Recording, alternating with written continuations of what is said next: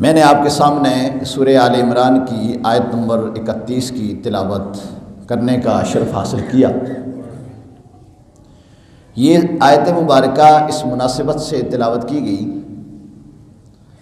کہ سیدنا صدیق اکبر رضی اللہ تعالی عنہ آپ کے ساتھ جس مہینے کی نسبت ہے جمادی الثانی، اس کی آج 29 تاریخ ہے اور یہ اس کے آج آخری دن ہے، آخری جمعہ ہے۔ پوری دنیا میں جہاں جہاں کہیں مسلمان ہیں، اس ماہ مبارک میں سیدنا صدیق اکبر رضی اللہ تعالیٰ عنہ کا چرچا کرتے ہیں۔ کبھی اپنے اپنے گھروں میں محافل کی صورت میں، کہیں کانفرنس کی صورت میں، اور جماعت کی صورت میں تو ہر مسجد میں بھی سیدنا صدیق اکبر رضی اللہ تعالیٰ عنہ کا ذکر خیر ہوتا ہے، کیونکہ آگے ماہ رجب المرجب شریف ہے، اور رجب شریف وہ مہینہ ہے جس کے متعلق رسول کریم صلی اللہ علیہ وآلہ وسلم نے ارشاد فرمایا، رجب و شہر اللہ و شعبان و شہری و رمضان و امتی۔ فرمایا رجب اللہ کا مہینہ ہے، شعبان میرا مہینہ ہے، اور رمضان پھر میری امت کا مہینہ ہے۔ یہ ماہ رجب المرجب شریف اس لیے بھی عظمتوں والا ہے، جس کی آمد ہے کہ اس ماہ مبارک میں اللہ نے اپنے حبیب کریم صلی اللہ علیہ وآلہ وسلم کو لامکان کی سیر کرائی۔ رب کائنات نے اپنے محبوب کو اپنی بارگاہ میں بلایا اور کل کائنات کو دکھایا۔ اس لیے حدیث شریف میں آتا ہے کہ جو بندہ ماہ رجب کا ایک روزہ رکھتا ہے تو اللہ تبارک و تعالیٰ اسے 1 سال روزہ رکھنے کا ثواب عطا فرماتا ہے، اور جو 7 روزے رکھ لیتا ہے اللہ تبارک و تعالیٰ اس کے لیے جہنم کے 7 دروازے بند کر دیتا ہے، اور جو اس کے 8 روزے رکھتا ہے اللہ تبارک و تعالیٰ اس کے لیے جنت کے 8 دروازے کھول دیتا ہے، اور جو ماہ رجب المرجب شریف کے 10 روزے رکھتا ہے یسأل اللہ ما یشاء، رب سے جو چاہتا ہے رب اسے عطا فرماتا ہے، اور جو ماہ رجب المرجب شریف کے 15 روزے رکھ لیتا ہے اللہ اس کے گزشتہ سارے گناہ معاف فرما دیتا ہے۔ اس لیے کوشش کریں کہ ماہ رجب المرجب شریف کے روزے بھی رکھیں، کیونکہ اسی ماہ مبارک میں اللہ نے اپنے محبوب کریم صلی اللہ علیہ وآلہ وسلم کو لا مقام پہ بلا کے اپنی امت کے لیے، سرکار کی امت کے لیے رب کائنات میں نمازوں کا بھی تحفہ عطا فرمایا، روزوں کا بھی تحفہ عطا فرمایا، اور جب تحفہ ملتا ہے تو اس تحفے کی قدر کی جاتی ہے۔ جس ماہ میں ہمیں پاکستان جیسا اسلامی ملک ملا، ہم اس ماہ میں، اس مہینے میں یعنی اگست میں اس کی خوشی مناتے ہیں، اور جس ماہ مبارک میں اللہ نے ہمیں یہ تحفے عطا فرمائے، نماز سب سے افضل عبادت عطا فرمائی، روزے بہترین عبادت عطا فرمائے، تو اس میں جتنی کثرت سے رکھیں گے اتنے اللہ کے پیارے ہو جائیں گے۔ لیکن یہ ماہ مبارک کیونکہ ابھی شروع ہونا ہے، اور آج جمادی الثانی کا آخری جمعہ ہے، اور میں نے عرض کیا کہ اس ماہ مبارک میں پوری دنیا میں سیدنا صدیق اکبر رضی اللہ تعالیٰ عنہ کا ذکر خیر ہوتا ہے اور قیامت تک ہوتا رہے گا۔ یہ کیوں؟ اس لیے کہ رب کائنات نے ایک قانون، ایک ضابطہ ہمیں عطا فرمایا، اور وہ یہ اللہ نے ارشاد فرمایا، جو آیت کریمہ میں نے آپ کے سامنے تلاوت کی سورہ آل عمران کی آیت نمبر 31 ہے۔ رب کائنات نے ارشاد فرمایا، قل ان کنتم تحبون اللہ فاتبعونی یحببکم اللہ۔ محبوب آپ اعلان فرما دیں، اے لوگوں اگر تم اللہ کو دوست رکھتے ہو، اللہ سے محبت کرنا چاہتے ہو، اللہ سے محبت کرتے ہو، اور ہر بندہ مومن اللہ سے محبت کرتا ہے، اٹھتا ہے تو اللہ کا نام، سوتا ہے تو اللہ کا نام، کھاتا ہے تو اللہ کا نام، ٹھوکر لگتی ہے تو اللہ، ہائے اللہ، اللہ کا نام، اور جو جس سے محبت کرتا ہے اس کا نام لیتا ہے، یہ محبت کی نشانی ہے۔ بندہ مومن کسی لمحہ اللہ کے ذکر سے غافل رہ ہی نہیں سکتا۔ یہی وجہ ہے کہ شرعی مسئلہ ہے کہ آپ اللہ کا ذکر ہر حال میں کر سکتے ہیں۔ کچھ حالات ایسے ہیں جن میں آپ قرآن پاک نہیں پڑھ سکتے، مثلا جنابت کی حالت میں غسل فرض ہوا ہے، قرآن پاک نہیں پڑھ سکتے۔ اس طرح عورتیں مخصوص دنوں میں قرآن پاک نہیں پڑھ سکتی، لیکن اللہ کا ذکر بسم اللہ، الحمدللہ، سبحان اللہ، لا الہ الا اللہ واللہ اکبر، یہ آپ ہر حالت میں کر سکتے ہیں، کیونکہ اللہ کے ذکر کے بغیر بندہ مومن زندہ ہی نہیں رہ سکتا۔ جس طرح مچھلی بغیر پانی کے نہیں رہ سکتی، بندہ مومن اللہ کے ذکر کے بغیر نہیں رہ سکتا، کیونکہ اپنے رب کے ساتھ اس کا پیار ہے، اس کی محبت ہے۔ اور کیوں نہ ہو کہ اللہ رب العالمین اپنے بندوں سے 70 ماؤں سے بڑھ کر پیار کرتا ہے، اور کوئی بچہ ایسا ہے جس کا ماں کے بغیر گزارا، ہر لمحہ ماں کو یاد کرتا ہے، بوڑھا بھی ہو جاتا ہے ماں یاد آتی ہے۔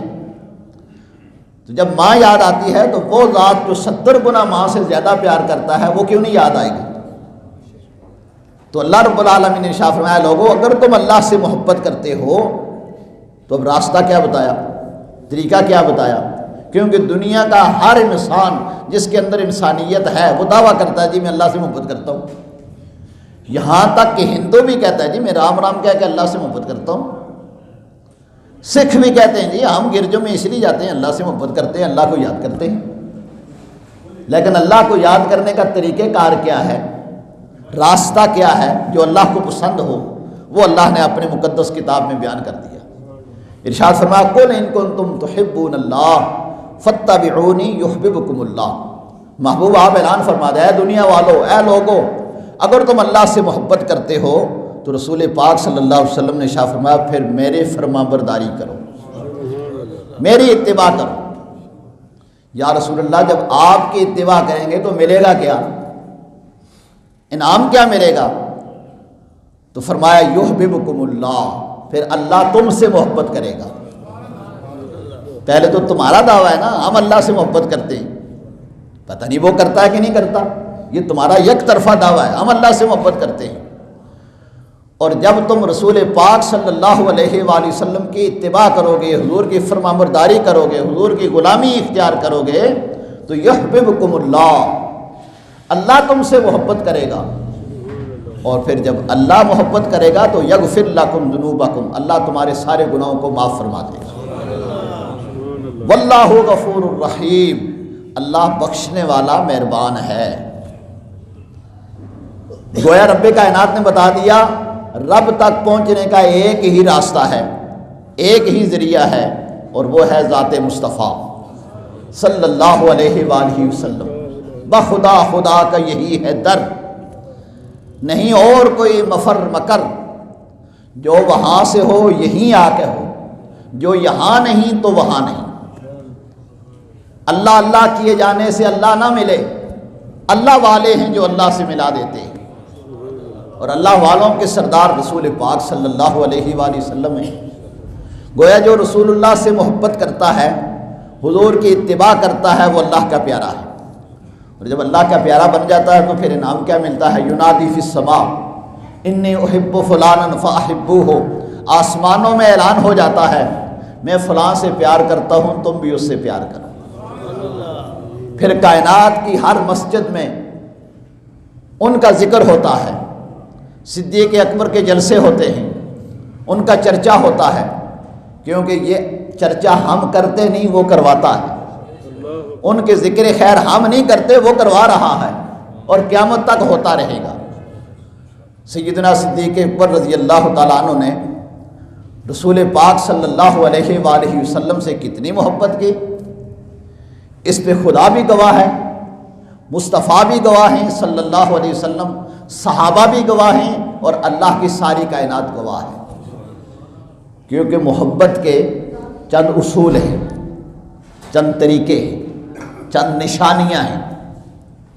سب سے پہلی بات، جو جس سے محبت کرتا ہے وہ اس کے ساتھ ساتھ رہتا ہے، وہ اس سے دور نہیں ہوتا، محب اپنے محبوب کے قریب ہوتا ہے۔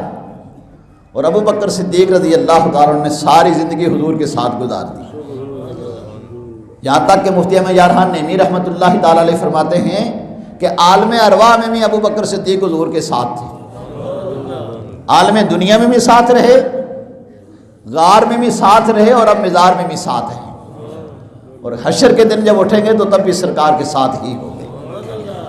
جو جس سے محبت کرتا ہے وہ اس کے ساتھ ساتھ رہتا ہے، محب اپنے محبوب سے کبھی دور نہیں ہوتا۔ اور دوسری بات، محب اپنے محبوب پہ مال قربان کرتا ہے۔ ابو بکر صدیق رضی اللہ تعالیٰ عنہ نے اپنا جتنا مال تھا سب سرکار پہ قربان کر دیا۔ محب اپنے محبوب کے لیے اپنا وطن چھوڑ دیتا ہے، ابو بکر صدیق رضی اللہ تعالیٰ نے اپنا وطن چھوڑ دیا۔ محب اپنے محبوب کے لیے اپنی اولاد، ماں باپ، عزیز و اقارب، رشتہ دار چھوڑ دیتا ہے، ابو بکر صدیق رضی اللہ تعالیٰ نے سب کچھ چھوڑ دیا۔ اسی لیے رسول پاک صلی اللہ علیہ وآلہ وسلم نے ارشاد فرمایا، حب ابو بکر واجب علی امتی وشکر ابو بکر واجب علی امتی۔ فرمایا میرے ابو بکر کی محبت میری امت پہ واجب ہے، اور میرے ابو بکر کا شکر ادا کرنا میری امت پہ واجب ہے۔ لہذا جو ابو بکر صدیق سے محبت نہیں کرتا وہ حضور کا امتی نہیں ہے۔ ابو بکر صدیق رضی اللہ تعالیٰ عنہ کا جو شکریہ ادا نہیں کرتا وہ سرکار کا امتی نہیں ہے۔ اور شکر ادا کرنے کے 3 طریقے ہیں۔ ابو بکر صدیق کا شکر ساری امت پہ واجب، ابو بکر صدیق کا شکر ساری امت پہ واجب۔ اور شکر ادا کرنے کے 3 طریقے، شکر باللسان، شکر بالجنان، شکر بالارکان۔ شکر باللسان، زبان سے اپنے محسن کا شکریہ ادا کرنا، اس کے تذکرے کرنا، ان کے چرچے کرنا۔ اور شکر بالجنان، دل میں اپنے محسن کا احترام رکھنا، اس کی عزت کرنا، یہ ہوتا ہے شکر بالجنان۔ اور شکر بالارکان، اپنے اعضاء کے ذریعے سے اپنے محسن کا شکریہ ادا کرنا، یہ ہوتا ہے شکر بالارکان۔ ابو بکر صدیق رضی اللہ تعالیٰ عنہ کا شکر امت پہ واجب ہے۔ اور شکر اس کا کیا جاتا ہے جس کے احسانات ہوں، شکر اس کا کیا جاتا ہے جس کے احسانات ہوں، محسن کا شکریہ ادا کیا جاتا ہے۔ اور یہ بات پہ یاد رکھیے، بڑوں کا احسان چھوٹوں پہ ہوتا ہے۔ اسی لیے رسول پاک صلی اللہ علیہ وآلہ وسلم نے ارشاد فرمایا، جو تمہارے باپ کا دوست ہے تم اس کا بھی احترام کرو، تم اس کا بھی احترام کرو۔ سیدنا عبداللہ بن عمر رضی اللہ تعالیٰ عنہ ایک مرتبہ حج پہ جا رہے تھے، راستے میں ایک دیہاتی ملا، اور آپ اپنی سواری سے اترے، اپنا امامہ اتار کر اس کے سر پہ رکھا، اور اپنے پاس جو کچھ تھا وہ سب اس کے حوالے کر دیا، اپنی سواری بھی اس کے حوالے کر دی۔ جو آپ کے ساتھ رفقا تھے وہ بڑے حیران ہوئے، لگے عبداللہ بن عمر اتنی بڑی سخاوت، آپ حج کے لیے جا رہے ہیں، پاس کچھ رکھا ہی نہیں، یہ تو دیہاتی لوگ ہیں، تھوڑے پہ بھی راضی ہو جاتے ہیں، آپ نے اپنا ماما بھی دے دیا، اپنا سامان بھی دے دیا، اپنی سواری بھی دے دی، یہ ہے کون؟ تو عبداللہ بن عمر رضی اللہ عنہ نے فرمایا، یہ میرے ابو جی کا دوست تھا، یہ میرے والد گرامی کا دوست تھا، اس لیے میں نے یہ سب کچھ انہیں دے دیا، ابھی تو کچھ نہیں دیا۔ گویا نیک اولاد تو اپنے باپ کے دوست کا احترام کرتے ہیں، جو سرکار کا امتی ہوگا وہ ابو بکر صدیق کے احسانوں کا احسان مند ضرور رہے گا، کیونکہ ابو بکر صدیق رضی اللہ تعالیٰ عنہ نے حضور کا اس وقت ساتھ دیا جب سارے مخالف تھے، انہوں نے اس وقت ساتھ دیا جب اپنے بیگانے حضور کا ساتھ چھوڑ رہے تھے۔ یہی وجہ تھی، مشکات شریف کی حدیث مبارکہ ہے کہ ایک مرتبہ حضرت عمر اور حضرت ابو بکر صدیق رضی اللہ تعالیٰ عنہ کے درمیان کوئی ناچاکی ہو گئی، ناراضگی ہو گئی بتقاضۂ بشریت۔ ابو بکر صدیق رضی اللہ تعالیٰ عنہ سے جو حضور کے پاس آ گئے، اور ابھی تھوڑی دیر گزری تھی تو فاروق اعظم رضی اللہ تعالیٰ عنہ بھی آ گئے، کیونکہ وہ یہ سمجھتے تھے کہ ابو بکر صدیق کو اگر تلاش کرنا ہے تو حضور کے پاس ہی ملیں گے۔ وہ ناراض ہیں یا خوش ہیں، ہر حال میں حضور کے پاس ہی ہوں گے۔ آئے، دیکھا تو ابو بکر صدیق رضی اللہ تعالیٰ عنہ حضور کے پاس موجود ہیں۔ نبی پاک صلی اللہ علیہ وآلہ وسلم نے ماجرا پوچھا تو ابوبکر صدیق رضی اللہ تعالیٰ عنہ نے عرض کی، یا رسول اللہ اس طرح میرا ان کے درمیان کوئی بات ہوئی، میں نے راضی کرنے کی کوشش کر رہا تھا، یہ نہیں راضی ہوئے، میں ناراض ہو گیا آپ کے پاس آ گیا۔ جب حضور نے ماجرا سنا تو سرکار دو عالم صلی اللہ علیہ وآلہ وسلم کا چہرہ انور سرخ ہو گیا، اور آپ نے حضرت فاروق اعظم رضی اللہ تعالیٰ عنہ سے ارشاد فرمایا کہ یہ وہ شخصیت ہیں جب لوگ میری مخالفت کر رہے تھے یہ میرا ساتھ دے رہے تھے، جب کوئی میرے اوپر مال نہیں خرچ کر رہا تھا یہ مال خرچ کر رہے تھے۔ سرکار نے ارشاد فرمایا میرے اوپر جس جس کے جتنے احسانات تھے میں نے سب احسانات کا بدلہ انہیں دے دیا۔ ابو بکر صدیق یہ ایسی شخصیت ہیں ان کے احسانات کا بدلہ کل قیامت کے دن رب کائنات عطا فرمائے گا۔ اللہ اکبر، یا رسول اللہ صلی اللہ علیہ وسلم، یا غوث اعظم زندہ باد۔ ابو بکر صدیق رضی اللہ تعالیٰ عنہ کے احسانات حضور کے اوپر ہیں، اور حضور سارے کائنات کے محسن ہیں، محسن کائنات ہیں، گویا حضور کے صدقے ابو بکر صدیق کے ہم پہ احسانات ہیں، اور اپنے محسن کے احسانات کو یاد کرنا یہ بندے کی ذمہ داری میں شامل ہے، کیونکہ رب کائنات کا اعلان ہے حل جزاء الاحسان الا الاحسان، احسان کا بدلہ احسان، نیکی کا بدلہ نیکی۔ اور اہل عرب کہا کرتے ہیں الانسان و عبد الاحسان، انسان اپنے محسن کا غلام ہوتا ہے، انسان اپنے محسن کا غلام ہوتا ہے، جس پر کسی نے احسان کیا یہ اس کا بن جاتا ہے۔ اسی لیے تو ہم کہتے ہیں بد مذہبوں سے نہ کھایا کرو، بد مذہبوں سے نہ لیا کرو، کیونکہ انسانیت کا تقاضا یہ ہے جس کے اندر تھوڑی سی بھی انسانیت ہوتی ہے نا اسے کوئی کھلاتا پلاتا ہے یہ اس کا بن جاتا ہے۔ انسان کی فطرت میں یہ ہے الانسان و عبد الاحسان، انسان اپنے محسن کا غلام ہوتا ہے۔ جب انسان اپنے محسن کا غلام ہے تو اس امت پہ سب سے بڑا احسان ابو بکر صدیق کا ہے، لہذا جس کے اندر تھوڑی سی بھی انسانیت ہے وہ ابو بکر صدیق کا احسان مند رہے گا۔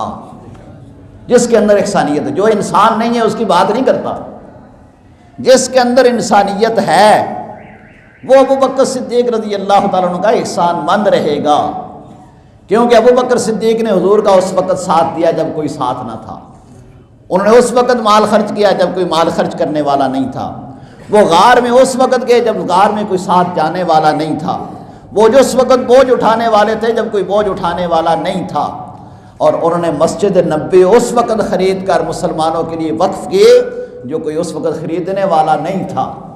قیامت تک ہم باقی ساری باتیں اگر ایک طرف ہی رکھ دیں مسجد نبوی کا احسان ہی نہیں ادا کر سکتے، کہ جہاں ایک نماز پڑھنے سے 50,000 نمازوں کا ثواب ملتا ہے، جہاں کی ایک اتنی جگہ ہے کہ جس کے متعلق کریم آقا صلی اللہ علیہ وآلہ وسلم نے ارشاد فرمایا ما بین بیتی و ممبری روضۃ من ریاض الجنہ، فرمایا میرے گھر سے لے کر میرے ممبر کے درمیان کی جگہ جنت کی کیاری ہے، اس جنت کی کیاری کے میں پاؤں رکھنے کے لیے مومن ترستا ہے، کیوں جی ایسا ہی نہیں، وہاں ترستا ہے، اور یہ جگہ خریدی کس نے؟ ابو بکر صدیق نے۔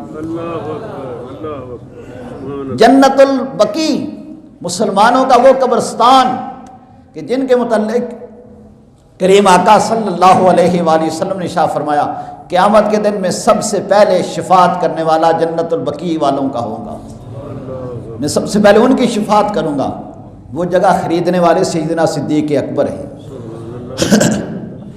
صرف اسی پہ بس نہیں، جب بھی مشکل آئی ابو بکر صدیق رضی اللہ تعالیٰ عنہ نے پوری امت مسلمہ پہ احسان کیا۔ غزوہ بدر کے موقع پر صحابہ کرام رضوان اللہ تعالیٰ علیہم اجمعین کی تعداد صرف 313 ہے، اور کافروں کی تعداد 1000 ہے، 3 گنا زیادہ۔ انہوں نے روزے رکھے ہوئے ہیں اور افطاری کے لیے بھی پاس کھجوروں کے علاوہ باقی کچھ نہیں ہے، چند تلواریں ہیں، چند سواریاں ہیں، قسم پرسی کا عالم ہے۔ نبی پاک صلی اللہ علیہ وآلہ وسلم مقام بدر پہ تشریف لے جاتے ہیں۔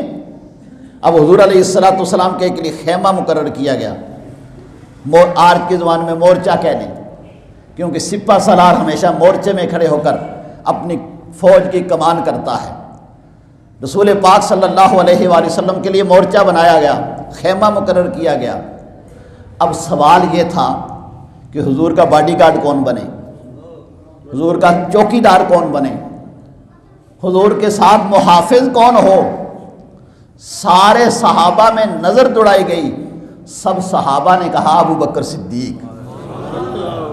ابو بکر صدیق حضور کے ساتھ حضور کی محافظت کریں گے، حضور کے باڈی گارڈ بنیں گے، حضور کی چوکیداری کریں گے۔ یہ تھوڑا بڑا احسان ہے۔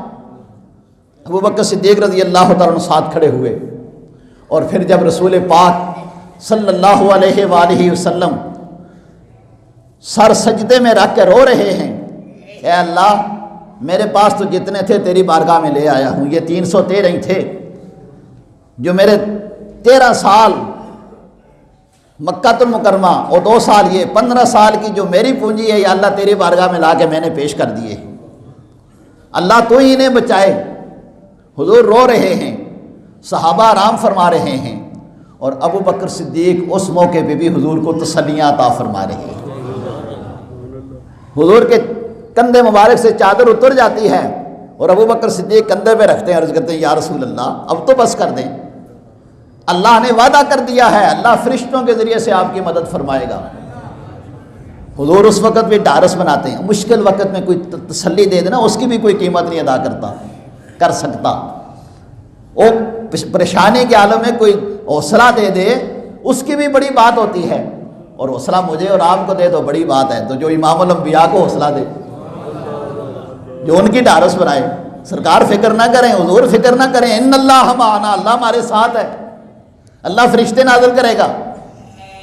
حضور کی حوصلہ افزائی ہو رہی ہے، اور یہی وجہ تھی کہ حضرت علی شیر خدا رضی اللہ تعالیٰ عنہ سے ممبر پہ پوچھا گیا، بلکہ آپ خود ممبر پہ تھے اور سامنے بہت بڑا مجمع تھا۔ حضرت علی شیر خدا رضی اللہ تعالیٰ عنہ نے لوگوں سے پوچھا اتعرفون من اشجع الناس، لوگوں مجھے بتاؤ سب سے بڑا بہادر کون ہے۔ یہ ممبر پہ بیٹھ کے سیدنا علی رضی اللہ تعالیٰ عنہ ابو بکر صدیق کی شان بیان کرنا چاہتے ہیں۔ ممبر حضرت مولا مشکل کشا کا ہے، علی شیر خدا کا ہے، سامعین آپ کے سننے والے ہیں، اور آپ حضرت سیدنا صدیق اکبر رضی اللہ تعالیٰ کی شان بیان کرنے لگے سوالیہ انداز میں۔ لوگوں بتاؤ سب سے بڑا بہادر کون ہے؟ لوگوں نے کہا حضور آپ بڑے بہادر ہیں، آپ نے مرحب کے ساتھ مقابلہ کیا، آپ نے فتح خیبر کے موقع پر وہ دروازہ جسے 80 آدمی نہیں اٹھا سکتے تھے، آپ نے ایک ہاتھ سے اٹھا کر ڈال بنایا ہوا تھا، آپ بڑے بہادر ہیں۔ فرمایا میں تو اپنے مقابلے والے سے مقابلہ کرتا ہوں نا، برابری والے سے مقابلہ کرتا ہوں، یہ بتاؤ مجھ سے بھی بڑا بہادر کون ہے؟ میں کہا حضور پھر آپ ہی بتائیں، ہماری نظروں میں تو آپ ہی بڑے بہادر ہیں۔ تو حضرت علی شیر خدا رضی اللہ تعالیٰ عنہ شاہ فرمایا اشجع الناس ہوا ابو بکر صدیق، لوگوں میں سب سے بڑے بہادر ابو بکر صدیق ہیں۔ اور پھر اپنے دعوے پہ وہ لوگ بغیر دلیل کے بات نہیں کرتے تھے، دلیل کے ساتھ بات کیا کرتے تھے، اپنے دعوے پہ دلیل پیش کی۔ مولا مشکل کشا علی شیر خدا رضی اللہ تعالیٰ عنہ نے فرمایا جنگ بدر کے موقع پر مسلمانوں کی تعداد صرف 313 تھی جنگ میں اس وقت جو شریک تھے، اور کافروں کی تعداد 1000 سے زائد تھی۔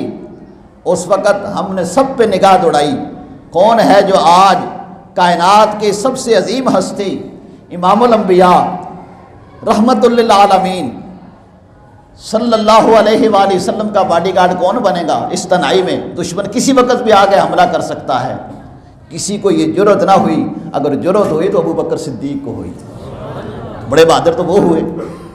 اور پھر دوسرا حوالہ انہوں نے دیا حضرت علی شیر خدا رضی اللہ تعالیٰ عنہ نے، آپ نے ارشاد فرمایا جب مکہ فتح ہوا بیت اللہ کے اندر بت لگے ہوئے تھے، رسول پاک صلی اللہ علیہ وآلہ وسلم یہ بت گراتے جاتے تھے اور پڑھتے جاتے تھے جا الحق و زہق الباطل ان الباطل کان زہوقا، حق آ گیا، باطل مٹ گیا، اور باطل نے ایک نہ ایک دن مٹنا ہی ہوتا ہے۔ لیکن دو بت زیادہ اونچائی پہ لگے تھے، لات اور حبل۔ تو حضور علیہ السلام نے، یہ حضرت علی واقعہ بیان فرماتے ہیں، حضور علیہ السلام نے حضرت علی فرماتے ہیں مجھے کہا علی میرے کندھوں پہ سوار ہو کر اس بت کو گراؤ۔ حضرت علی عرض کرتے یا رسول اللہ صلی اللہ علیہ وسلم میں آپ کے کندھوں پہ سوار ہوں، یہ تو گستاخی ہوگی۔ یا رسول اللہ آپ میرے کندھوں پہ سوار ہوں، میں نیچے بیٹھتا ہوں، آپ میرے کندھوں پہ سوار ہوں اور آپ اس بت کو گرائیں۔ اب حضور نے کیا ارشاد فرمایا؟ حضور ارشاد فرماتے ہیں علی تم بوجھ نبوت نہیں اٹھا سکو گے، تم بوجھ نبوت نہیں اٹھا سکو گے، یہ کوئی معمولی بوجھ نہیں۔ رب کائنات نے ارشاد فرمایا لو انزلنا ھذا القرآن علی جبل لرأیتہ خاشعا متصدعا من خشیۃ اللہ، اللہ کا یہ قرآن اگر ہم کسی پہاڑ پہ اتارتے تو پہاڑ ریزہ ریزہ ہو جاتا۔ اس قرآن کا بوجھ اٹھایا ہے تو بوجھ نبوت نے اٹھایا ہے، کندھہ نبوت نے اٹھایا ہے، سینہ نبوت نے اٹھایا ہے۔ اور صحابہ فرماتے ہیں حضور اونٹنی پہ جب ہوتے تھے اور وہی اترتی تھی اونٹنی بیٹھ جاتی تھی، اتنا بوجھ ہے نبوت کا بوجھ۔ فرمایا علی تم بوجھ نبوت نہیں اٹھا سکتے، لہذا حضور نے ارشاد فرمایا میں بیٹھتا ہوں، تم میرے کندھوں پہ سوار ہو کر تم یہ بت گراؤ۔ اب حضرت علی رضی اللہ تعالیٰ حضور کے کندھوں پہ چڑھتے ہیں اور بتوں کو گراتے ہیں، جب گرا کے نیچے اترتے ہیں تو مسکراتے ہیں۔ سرکار ارشاد فرماتے ہیں اب علی ہنسے کیوں، مسکرائے کیوں؟ عرض کی یا رسول اللہ صلی اللہ علیہ وسلم اتنی بلندی پہ چڑھا، سبحان اللہ، اتنی بلندی پہ چڑھا، آپ کے کندھوں پہ چڑھ کے مجھے یوں لگتا تھا میں عرش الہی سے آگے چلا گیا ہوں۔ اللہ اکبر، یا رسول اللہ، یا علی، یا غوث اعظم دستگیر، زندہ باد زندہ باد زندہ باد زندہ باد زندہ باد۔ یا رسول اللہ اتنی بلندی پہ چڑھا اور پھر نیچے اترا تو گرا نہیں، چوٹ نہیں آئی؟ تو حضور نے ارشاد فرمایا علی اس کو چوٹ کیسے آ سکتی ہے، وہ گر کیسے سکتا ہے جسے اٹھانے والے نبی ہوں اتارنے والے جبرائیل امین ہوں۔ اب حضرت علی رضی اللہ تعالیٰ نتیجہ نکالتے ہیں، آپ فرماتے ہیں میں چار دیواری کے اندر تھا اور چند لمحوں کے لیے حضور نے چڑھنا تھا، فرمایا علی تم بوجھ نبوت نہیں اٹھا سکو گے، اور ہجرت کی رات کانٹوں پہ چلنا تھا، سنگلاخوں پہ چلنا تھا، پہاڑوں پہ چلنا تھا، پیچھے دشمن لگے ہوئے تھے، راستے میں خوف ہی خوف تھا، اور ابو بکر صدیق حضور کو اٹھا کے غار ثور کی طرف تشریف لے جا رہے ہیں۔ یہ حضرت علی نے ارشاد فرمایا بہادر وہ ہیں کہ میں ہوں، سب سے بڑے بہادر ابو بکر صدیق ہیں، اور یہ ابو بکر صدیق رضی اللہ تعالیٰ عنہ کا پوری امت مسلمہ پہ احسان ہے کہ سرکار کو ساتھ لے جا رہے ہیں۔